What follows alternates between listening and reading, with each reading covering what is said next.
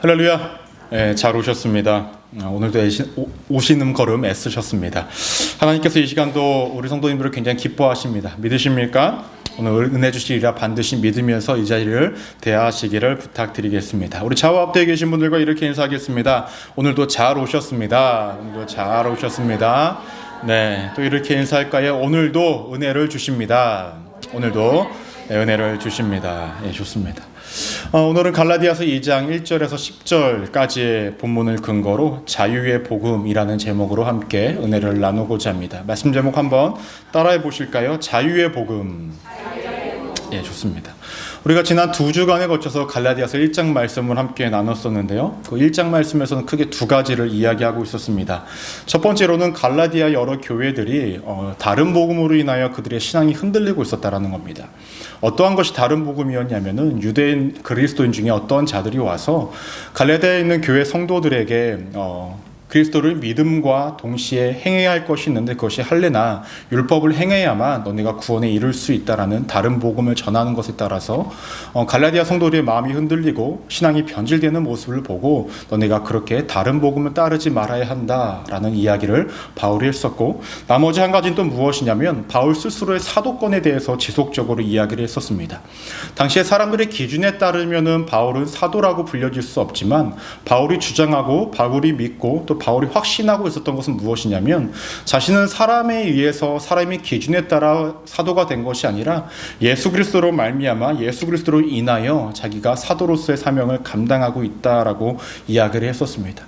바울이 그렇게 사도에 대한 어떠한 집착을 가졌던 이유는 자신이 권위를 갖기 위해서 자신의 명예 때문에 그러했던 것이 아니라 자신이 전하는 복음에 더 힘을 실기 위해서 사도의 권위가 필요했기 때문에 예수님께서 주신 그 사도에 대한 그 권위를 지속적으로 이야기하면서 자신은 사도로서의 삶을 살아가고 있고 나도 예수 그리스도로부터 받은 사도다라고 이야기하면서 복음을 전하고 있었습니다. 바울이 이렇게 사도에 대해서 강하게 이야기했던 이유가 분명히 있었죠. 그 이유는 간단합니다. 바울을 질투하였고 바울이 전하는 복음을 반대했던 사람들이 바울을 비난하기를 시작했기 때문에 그러합니다.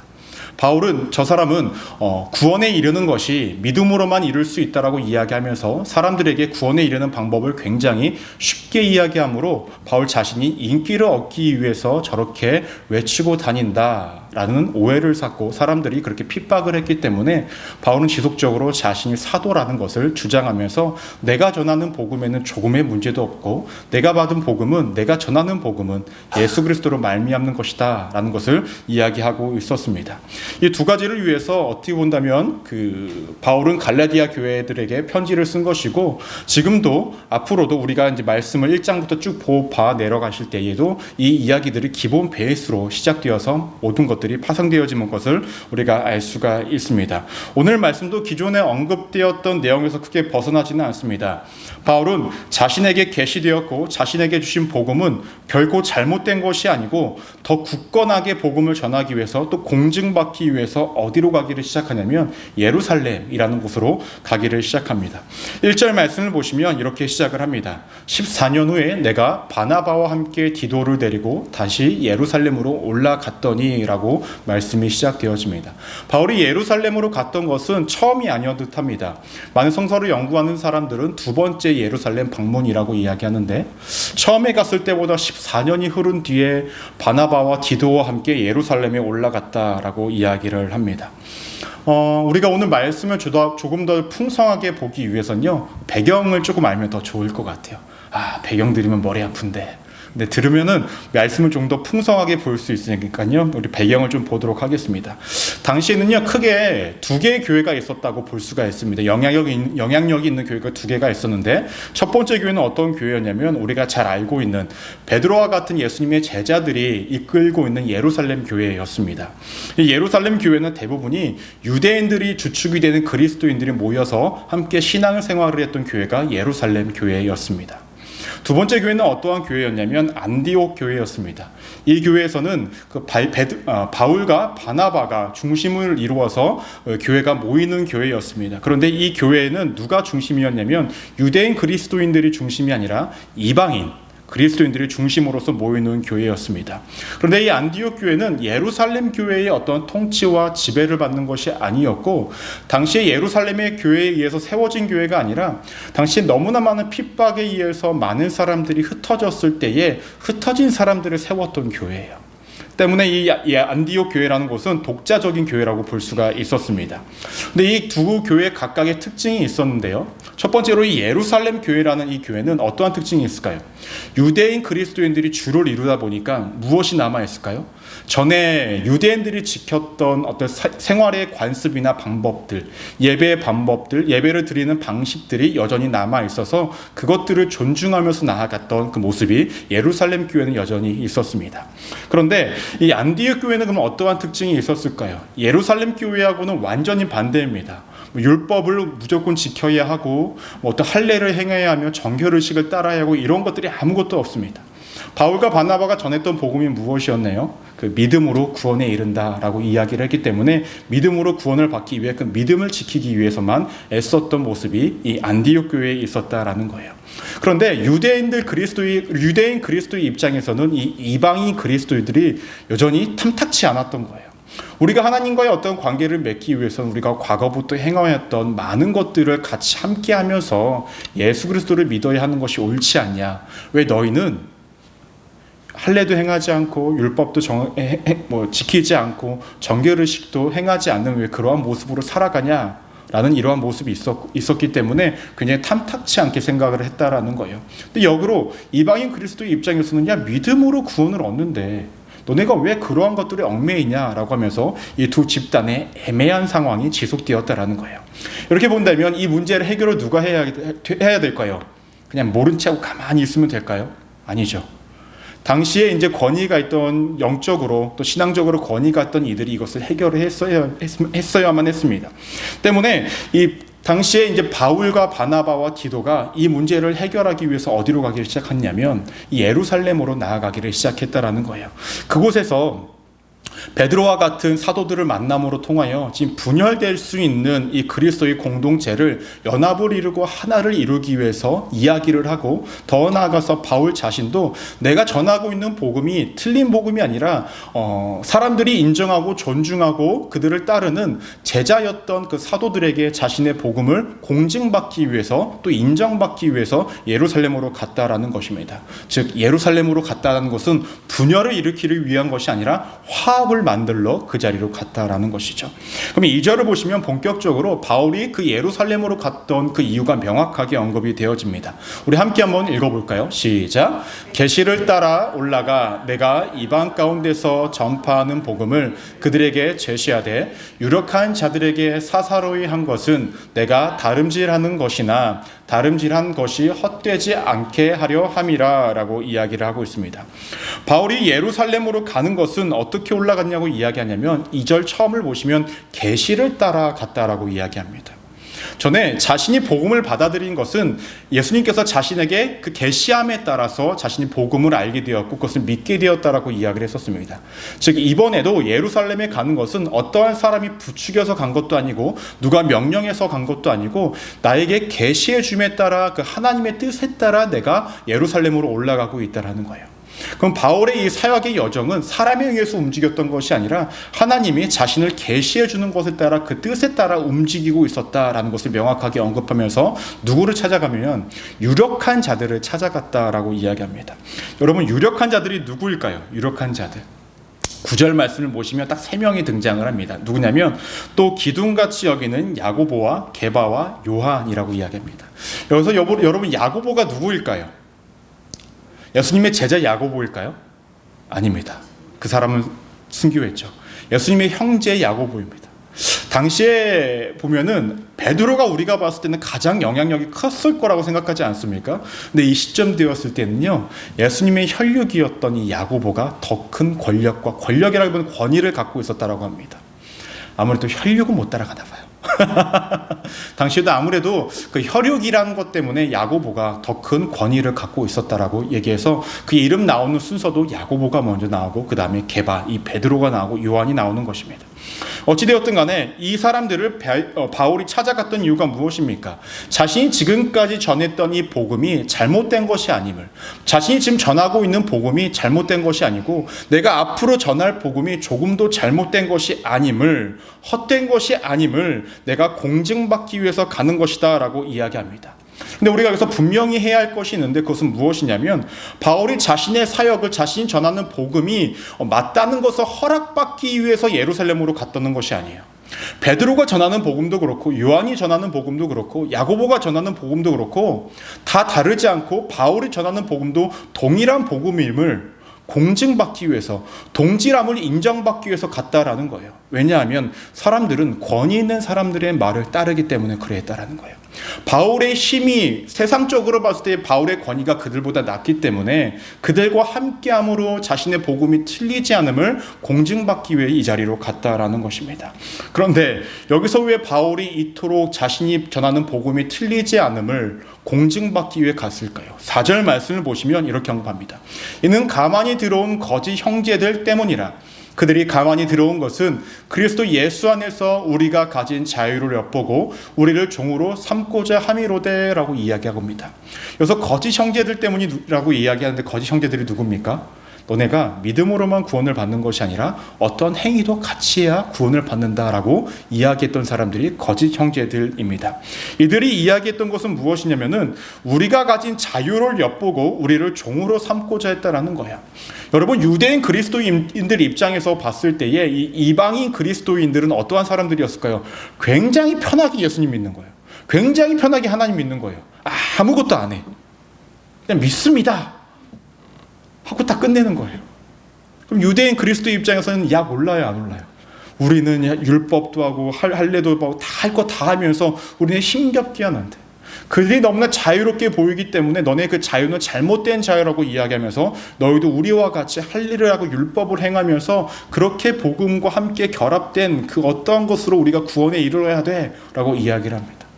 하지만 바울이 여기 흔들릴 사람입니까? 아니죠. 나는 이러한 것들에 조금도 흔들리지 않았다라고 이야기를 하고 있습니다. 더 나아가서 베드로와 같은 사도들도 바울에게 내가 어떠한 것을 더 해야 한다고 나한테 말해준 것이 아무것도 없다라는 거예요. 즉 베드로도 그렇고 요한도 그렇고 야고보도 그렇고 그 누구도 바울에게 너가 구원에 이르기 위해서는 믿음뿐만 아니라 할례도 행해야 돼, 뭐도 행해야 돼, 이 어떤 것들도 얘기하지 않았다라는 거예요. 오직 믿음으로만 구원에 이른다라는 것을 모두 다 알고 있기 때문에 나는 믿음으로 구원에 이른다라는 것을 전적으로 믿고 그것을 따르고 있다라고 이야기를 합니다. 그런데요, 사람들이 생각하는 것보다 당시의 사도들, 그러니까 예수님의 제자로서의 사도들이 이 바울을 많이 인정해 줬다라는 것입니다. 우리 7절 말씀을 한번 함께 볼까요? 함께 읽어보도록 하겠습니다. 시작. 도리어 그들은 내가 무할례자에게 복음 전함을 맡은 것이 베드로가 할례자에게 맡은과 같은 것을 보았고 라고 얘기합니다. 당시의 사도들이 바울을 어떻게 바라봤냐면 베드로가 할례자들에게 복음을 전한 것 같이 바울은 할례를 받지 않은 사람들에게 복음을 전하는 자다. 저 사람이나 우리나 다를 바가 없게 봐주고 있었다라는 거예요. 더 나아가서 9절 말씀을 보시면 또 기둥같이 여기는 야고보와 게바와 요한도 내게 주신 은혜로 알므로 나와 바나바에게 친교의 악수를 하였으니 우리는 이방인에게로 그들은 할례자에게로 가게 하려 함이라 라고 얘기합니다. 그들 그렇게 따랐던 야고보와 게바와 요한이 누구와 악수를 했다라고 이야기합니까? 바울과 악수를 했다라는 거예요. 이것은 친교의 악수입니다. 동역의 악수입니다. 그리고 더 나아가서 바울을 축복하고 격려하는 악수라는 거예요. 즉 바울이 잘못된 것이 하나도 없음을 인정하는, 자신들과 함께 동역하는 자임을 존중하는 그러한 악수였다라는 것입니다. 이렇게 본다면 앞으로 바울이 복음을 전하는 데 있어서 조금의 제한도 없고 이제는 정말로 예수 그리스도를 믿음으로만 구원에 이른다라는 것에 대해서 분명히 확정된 상황이었습니다. 이때에 이 제자였던 사도들이 이 바울에게 부탁했던 것이 있습니다. 그것은 무엇이냐면 10절 말씀 우리 함께 한번 읽어볼까요? 시작. 다만 우리에게 가난한 자들을 기억하도록 부탁하였으니 이것은 나도 본래부터 힘써 행하여 왔노라 라고 얘기합니다. 바울에게 부탁했던 것이 무엇이냐면 가난한 자들을 기억해달래요. 예루살렘 안에는 정말로 가난한 그리스도인들이 너무나 많았는데 그들을 돕는 것에 있어서는 너가 이방인을 향해서 복음을 전하는 자이지만 이 가난한 자들을 돕는 일에 있어서는 우리가 함께 협력을 하자라고 이야기하면서 오늘 우리가 함께 읽은 본문의 이야기가 마무리되어집니다. 여러분, 오늘 그 말씀만 보면은 우리가 명확하게 깨닫고 알아야 할 것이 있습니다. 자유의 복음이라는 것이 무엇일까라는 거예요. 우리가 첫 번째로 기억하셔야 될 것은 무엇이냐면 자유의 복음에는 각자의 자리가 있다라는 거예요. 각자의 자리가 있습니다. 오늘 말씀에서 바울은 자신이 하는 사역이 틀리지 않았고 바른 길을 가고 있다는 것을 동의를 얻었고 공증을 받았습니다. 근데 반대로 자신이 가야 할 길과 또 베드로와 같은 자들이 가야 할 길은 전혀 다른 길임을 인정하면서 나아가고 있다라는 거예요. 각자가 있고 각각이 감당해야 할 사역의 자리와 삶의 자리가 다 각자 있다라는 것입니다. 여러분, 각자의 삶의 자리와 사역의 자리가 있다라는 것은 무엇을 의미할까요? 베드로와 같은 자는 유대인들에게 복음을 전하는 것이 주의 사역이니 그들의 언어와 그들의 문화와 그들의 모든 것들을 존중하며 나아가야 합니다. 바울 같은 경우는 이방인들이 향해서 나아가기 때문에 이방인들의 언어와 문화와 그들의 모든 것들을 존중하며 나아가야 했다라는 것입니다. 베드로와 같은 사람은 유대인들의 관습과 전통을 인정해주면서 그것을 품고 나아가야 했던 반면에 바울과 같은 경우는 그 모든 것들을 의무적으로 행하는 것이 아니라 믿음을 가진 자들이 하고 싶으면 할 수 있는 그러한 수준의 믿음으로 나아갈 수 있도록 인도해야 됐다라는 것입니다. 여러분, 제가 예전에 대학교로 다닐 때요, 그 성교에 관련한 수업을 드린 적이 있어요. 성교학 개론 이래가지고 딱 제목만 들어도 굉장히 듣기 싫지 않습니까? 성교학 개론. 네. 그래서 교수님이 이제 한 가지 예시를 들어주셨는데 무엇이냐면 미국에서 뭐 타 지역으로 타 나라로 이렇게 파송이 되어지든 아니면 다른 나라에서 조금 복음이 들어가지 않는 곳에 이렇게 선교사로서 파송을 되어지든 간에 선교를 했을 때 초기에는 굉장히 문제들이 많이 있었다라는 거예요. 어떠한 문제들이 있었냐? 선교사님들이 그 지역에 가면은 그 지역의 문화를 받아들이는 것이 아니라 복음을 전하면서 그 사람들에게 예를 들면은 한국 사람이 갔으면 한국의 문화와 한국의 전통을 그 사람들에게 가르쳤다라는 거예요. 그러면서 한국 스타일로 믿었던 것을 그 방법대로 이렇게만 믿어야 된다라고 선교를 하고 있었다라는 것입니다. 미국 사람이 갔다고 한다면 미국의 문화와 미국의 전통과 미국의 방법대로 신앙생활을 그대로만 해야 됐다고 이야기했다라는 것입니다. 하지만 이것이 옳을까요? 그렇지 않다라는 거예요. 최근에 선교는 어떻게 갑니까? 선교사라는 사람들은, 준비하는 사람들은 우선 그 나라의 그 지역에 가기 전에 무엇을 먼저 하죠? 문화를 먼저 공부하고 언어를 배우면서 거기에서 자신들이 그 문화에 함께 섞여지면서 그 자연스럽게 복음을 전하는 것이 요즘의 선교의 모습이라는 거예요. 즉 당시에 이렇게 약간은 주입적으로 자신들이 갖고 간 것만 옳았다라고 이야기했던 그 선교사님들의 모습과 당시의 유대인들의 모습과 크게 다를 바가 없다라는 거죠. 자신들의 정통대로 우리가 지금까지 해왔던 어떤 관습대로 너네가 예수 그리스도를 믿고 너네가 복음의 길로 인도를 받아야 돼 라고 이야기했던 것과 과거에 그렇게 선교사님들이 활동을 했던 것과 크게 다르지 않았다라는 거예요. 그것이 옳은 방법이었을까요? 그렇지 않다라는 것입니다. 여러분, 이러한 모습들은요, 타 지역에만, 타 나라에서만 이루어졌던 것은 아닙니다.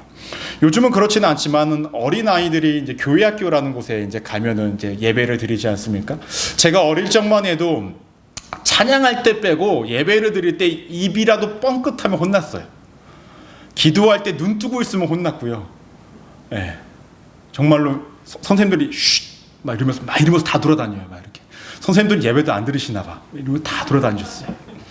제가 교사였을 때는 어땠을까? 저도 마찬가지였어요. 떠들면 너 나와 하면서 너 떠들 거야 안 떠들 거야 막 이랬단 말이에요. 근데 아이들이 떠드는 건 사실 당연한 거 아닙니까? 아이들이 집중 못하는 건 당연한 거 아닙니까? 근데 당시의 문화와 당시의 상황은 어땠습니까? 목사님이 말씀하시는데, 전도사님이 말씀하시는데 떠들어? 막 이러고, 하나님의 말씀이 선포되는데 네가 감히 떠들어? 이런 문화 아니었습니까? 근데 사실 어린아이는 어린아이로서 존중되어져야 하고 그 아이들이 잘 받아들일 수 있도록 설교가 되어져야 하고 어떤 설교의 공간들이 이루어져야 하는 거 아니겠습니까? 그래서 요즘에 교회학교 아이들 예배 가보면 어떻습니까? 이게 예배인지 레크레이션인지 놀이인지 모를 정도로 아이들과 함께 즐겁게 그렇게 자연스럽게 복음이 그들의 삶에 생각에 가치관에 스며들 수 있도록 만들어주고 있다는 거예요. 제가 왜 이러한 예화들을 두 번이나 들으면서 말씀을 드렸을까요?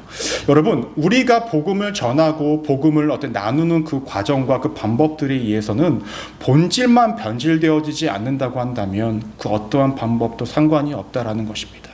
예수 그리스도를 믿는다라는 것, 믿음으로 구원에 이른다라는 것은 너무나 분명한 사실입니다. 여러분, 우리가 정확하게 알아야 될 것이 있습니다. 바울은요, 할례를 받지 말아야 합니다. 정결례식을 하지 말아야 합니다. 율법을 지키지 말아야 합니다. 라고 이야기한 적이 없습니다. 바울이 이야기했던 것은 무엇이냐면, 너네가 할례를 하고 싶으면 해. 정결례식을 하고 싶으면 해. 율법을 지키고 싶으면 지켜. 그러나 그것은 구원과는 관련이 없다라는 거예요. 너네가 하나님을 어떻게든 잘 믿고자 하는 그 표시로 너네가 몸에 할례를 함으로, 그래, 나는 하나님께 선택받은 민족이니 백성이니 나는 할례를 기억하면서 내가 하나님을 바라볼 거야 라는 의미로 할례를 하겠다고 한다면 해라라는 것입니다. 정결 예식을 통해서 내가 보다 더 정결해지기 위해 내 나름의 어떠한 노력을 하기 위해서 정결 예식을 한다라고 한다면 하라라는 거예요. 하지만 그것이 구원과는 관계없다라는 것을 명확히 이야기한다라는 것입니다. 때문에 바울은 명확하게 이야기하는 것입니다. 믿음으로 구원에 이른다라는 이 복음이 변질되지만 않는다고 한다면 그 어떠한 반복도 우리가 품어주고 이해해 줄 수 있어야 된다라는 거예요. 이것이 너무나 중요한 것이라는 것입니다. 여러분, 우리의 신앙생활도 그렇게 삶의 자리에서 각자의 모습대로 사용되어질 것입니다. 때문에 우리가 신앙생활을 할 때도요, 우리가 좀 자유로울 수 있어야 돼요. 김민호 목사가 저번 주에 예배 나오라고 그랬는데, 기도하라고 그랬는데 우리 억압하는 거 아니야? 막 이렇게 생각하실 수도 있는데, 여러분, 우리가 1년에 언제는 금식 기도를 해야 되고 말씀을 봐야 하고 기도를 해야 되고 하루에 1시간 말씀, 하루에 3장, 뭐라고 얘기하지? 1년에 1독을 하기 위해서는 평일날은 3장을 보고 주말에는 5장을 봐야 1독을 할 수 있다라고 이야기하면서 막 합니다. 여러분, 하실 수 있으면 하십시오. 아니, 사실 하시는 게 좋긴 합니다. 하지만 그것이 나를 얽매고 나를 누르는 어떤 압박과 힘듦으로 다가온다고 한다면 그보다는 우리 안에 먼저 회복되어져야 할 것은 무엇입니까? 복음의 은혜예요. 여러분, 은혜가 회복되어지면요, 어련히 알아서 합니다. 어련히 알아서. 예배 드리지 말라고 그래도 예배 자리가 너무 좋은 거예요. 기도하지 말라고 그래도 기도하는 것이 너무나 좋고요. 말씀 읽지 말라고 그래도 말씀이 너무나 달대요. 가끔 이제 사역을 하다가 성도님들 가운데 어떤 분들이 막 필사를 하신다고 저한테 연락이 오시는 분들이 있어요. 필사하는 거 힘들지 않으세요? 목사님, 너무나 말씀이 달아요. 너무나 좋아요. 라고 말씀을 하시는 거예요.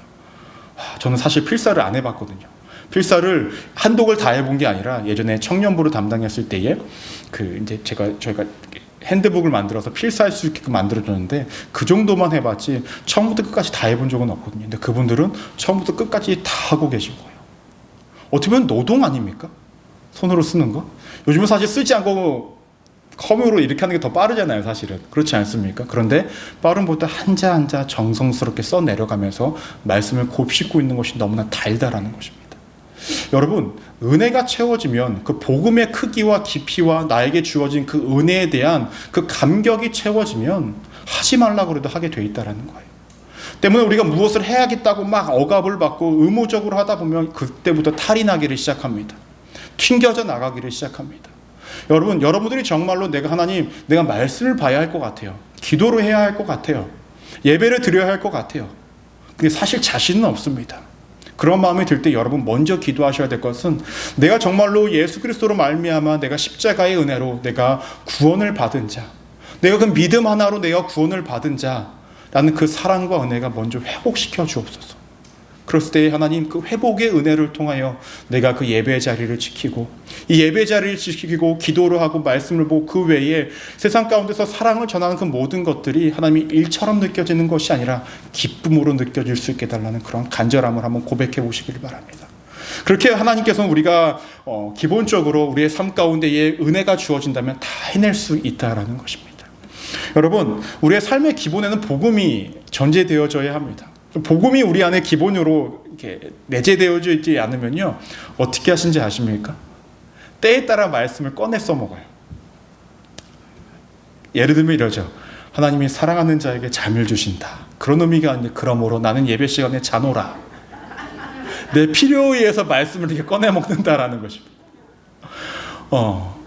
예를 들면 이웃을 사랑하라고 그랬어. 권사님, 이웃 사랑하래, 나 좀 사랑해줘 라고 하면서 그 말씀에 겉대고대면 빼먹 써먹는다라는 거예요. 여러분, 그런데 그 복음의 은혜가 우리 안에 가득 채워지면 내 필요할 때만 꺼내 먹는 것이 아니라 정말 우리의 삶 가운데 내재되어짐으로 스며들고 있다는 거예요. 삶 속에서 드러난다는 거예요. 각자의 자리에서 그 은혜가 쌓이고 은혜 열매가 각자가 맺을 수 있는 것들이 다 맺어진다는 것입니다. 때문에 자유의 복음은 각자의 자리에서 모든 것들이 일구어지는 것이 먼저 일구어져야 한다는 것입니다. 여러분들 각자에게 주신 달란트가 다 다릅니다. 맞지 않습니까? 어떠한 분들은 음식을 잘하시고, 어떠한 분들은 기도를 잘하시고, 어떠한 분들은 찬양을 잘하시고, 어떠한 분들은 사람들과 함께 지내는 걸 잘하시고, 하나님은 각자의 모습대로 그 복음의 영향을 분명히 쓰실 거예요. 때문에 내가 갖지 못한 것으로 해서 막 화내고 열낼 필요도 전혀 없습니다. 각자의 모습대로 각자의 자리에서 하나님께서 분명히 복음의 은혜를 사용하실 것이니, 여러분, 어떠한 방법과 방식에 내가 얽매여서 꼭 그렇게 살아가지 마십시오. 복음의 은혜에 변질되지 않은 그 복음을 가지고 삶의 자리에서 은혜를 나누시길 바랍니다. 은혜롭게 살아가시기를 바랍니다. 그것이 예수 그리스도께서 우리에게 주신 그 자유의 복음임을 잊지 않고 살아가시는 우리 믿음의 성도님들 되시기를 주님의 이름으로 간절히 축원합니다. 우리가 다음으로 기억하셔야 될 것은요, 자유한 복음에는 연합의 자리가 있다라는 거예요. 좀 전에 말씀을 드렸지만 각자의 자리가 있다면서 그럼 각자 그냥 막 알아서 살아가는 것입니까? 그렇지 않다라는 것입니다. 연합의 자리가 분명히 필요하고 연합의 자리가 있다라는 거예요. 아까도 9절 말씀에서 야고보와 게바와 요한이 친교의 악수를 했다라고 이야기를 합니다. 그 악수는 무엇입니까? 연합을 의미하고 있다라는 거예요.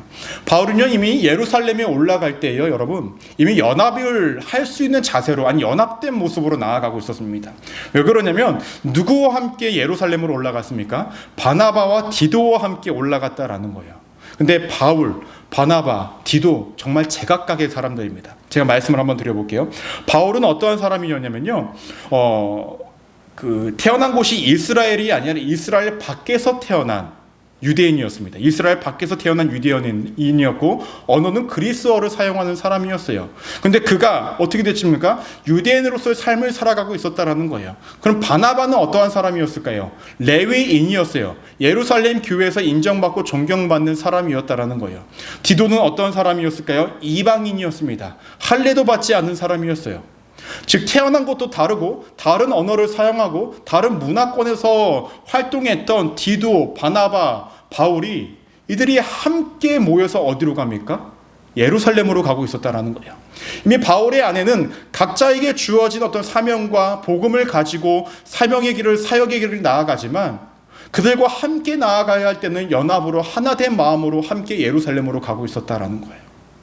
여러분, 오늘 말씀에서도 명확히 등장하는 것은 바울과 함께하기 위해서 원했던 그 베드로와 야고보와 요한이 뭐라고 이야기합니까? 우리가 함께 연합을 이루어야 할 때, 어려운 사람들을 도와야 할 때는 우리가 함께 하자라고 이야기를 합니다.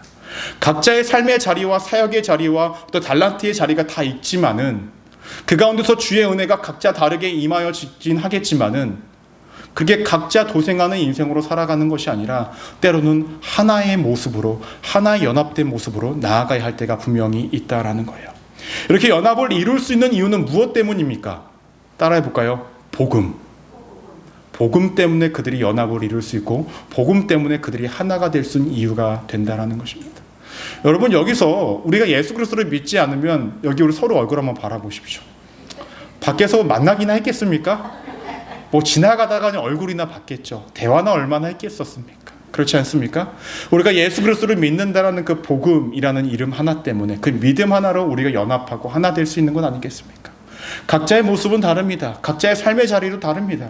하지만 다름 가운데에 하나를 이루게 하는 것이 복음이라는 거예요. 만약에 우리 안에 하나를 이룰 수 없다고 한다면 우리의 모습 안에 그 복음의 은혜가 지금 떨어져 있다는 것입니다.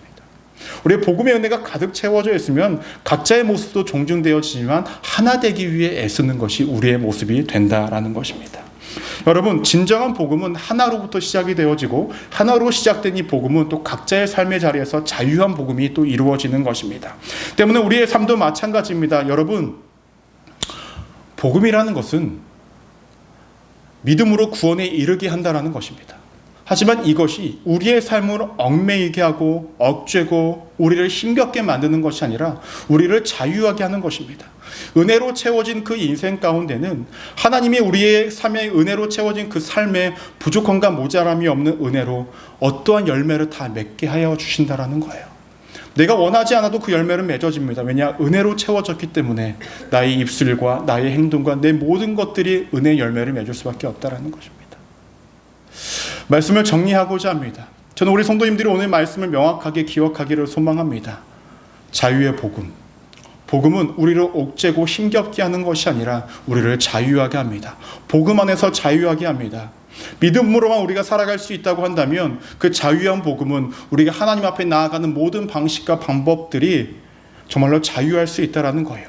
각자에게 주신 달란트대로 하나님께서 우리를 사용하실 것이고 내가 하나님께 나아가고 싶은 모습대로 하나님께 나아갈 수 있다는 것입니다. 때문에 여러분 움츠러들지 마십시오. 이것도 안 했고 저것도 안 했다에 움츠러들지 마시고 여전히 나를 사랑하는 그리스도의 은혜로 말미암아 나는 자유롭게 하나님의 은혜로 그 본질 안에서 흔들리지 않고 변질되어지지 않은 그 본질 안에서 나는 자유롭게 주를 바라볼 수 있다는 것에 감사하며 매일을 살아가시는 우리 믿음의 성도님들 되시기를 주님의 이름으로 간절히 축원합니다. 기도하시겠습니다.